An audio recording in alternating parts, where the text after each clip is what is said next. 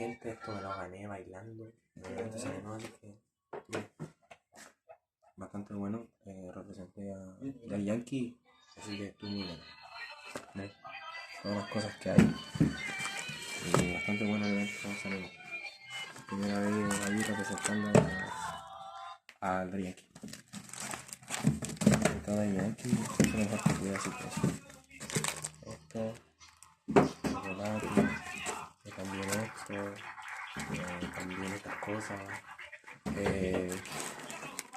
Tenemos también, por ejemplo, esto, como por ejemplo, esto, caminillo, este gorrito, este llavero, estas cositas, estas cosas, así que muy agradecido. Bastante bueno el evento San Enoch, así que 100% muy bacán.